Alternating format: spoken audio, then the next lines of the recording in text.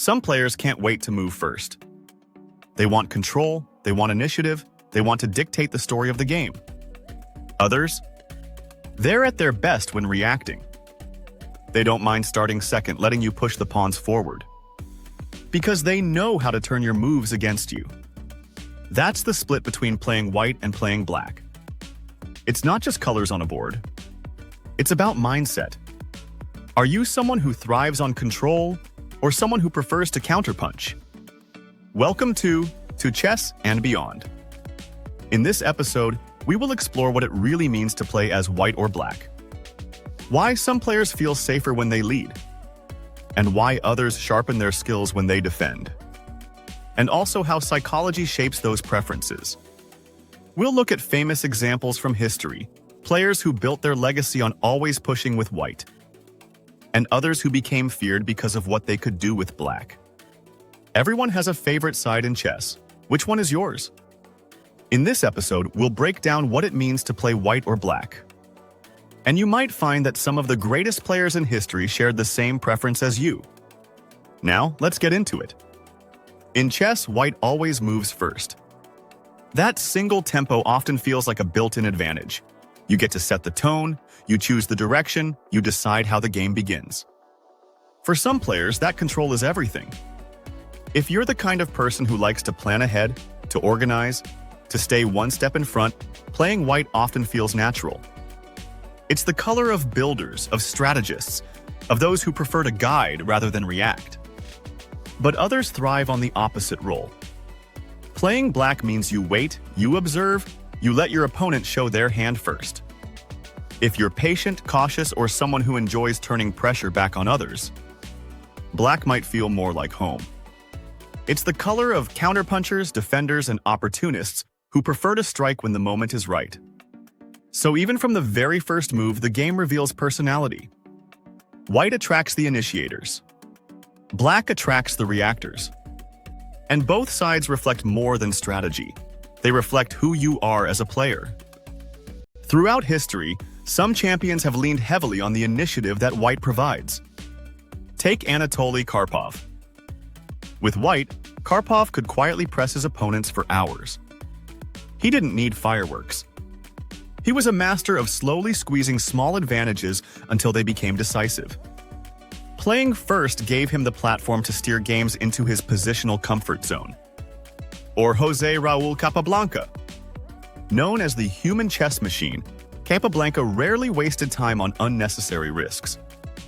With white, he could keep things clean, technical, and almost effortless. His control of simple positions often left opponents feeling they'd lost without ever being attacked. For players like Karpov and Capablanca, white wasn't just a color. It was a canvas. A chance to express order, precision, and calm dominance.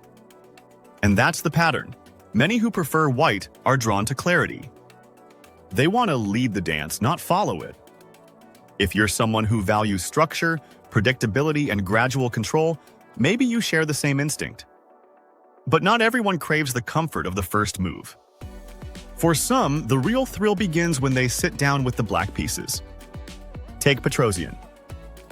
Known as the Iron Tigran, Petrosian built an entire reputation on his defensive genius. With black, he could patiently absorb pressure, frustrate attackers, and then counter when the moment was right. Many opponents felt like they were playing against a wall. Or Topalov. One of the fiercest attackers of the modern era, Topalov often chose razor-sharp Sicilians with black. He didn't wait to equalize quietly.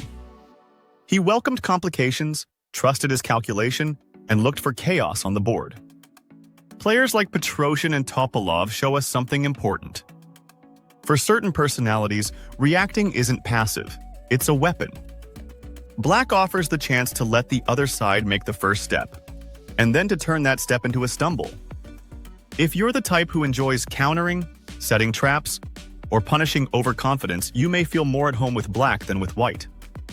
Today, the gap between white and black isn't what it used to be. Engines and deep preparation have reshaped the opening landscape.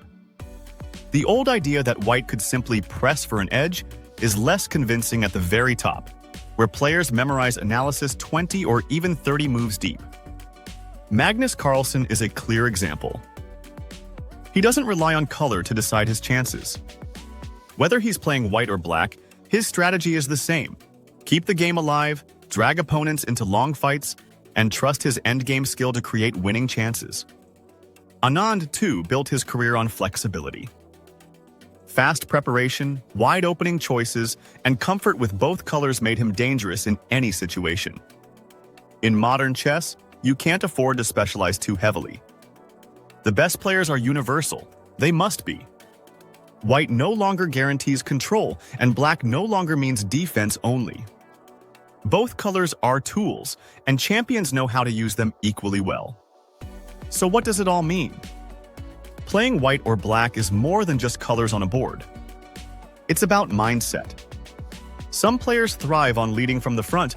Others excel when they react and turn pressure back on their opponents. History has given us champions on both sides.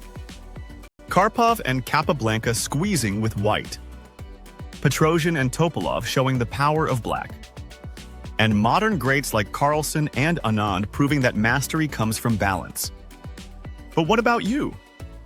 Which side feels like home for you, white or black?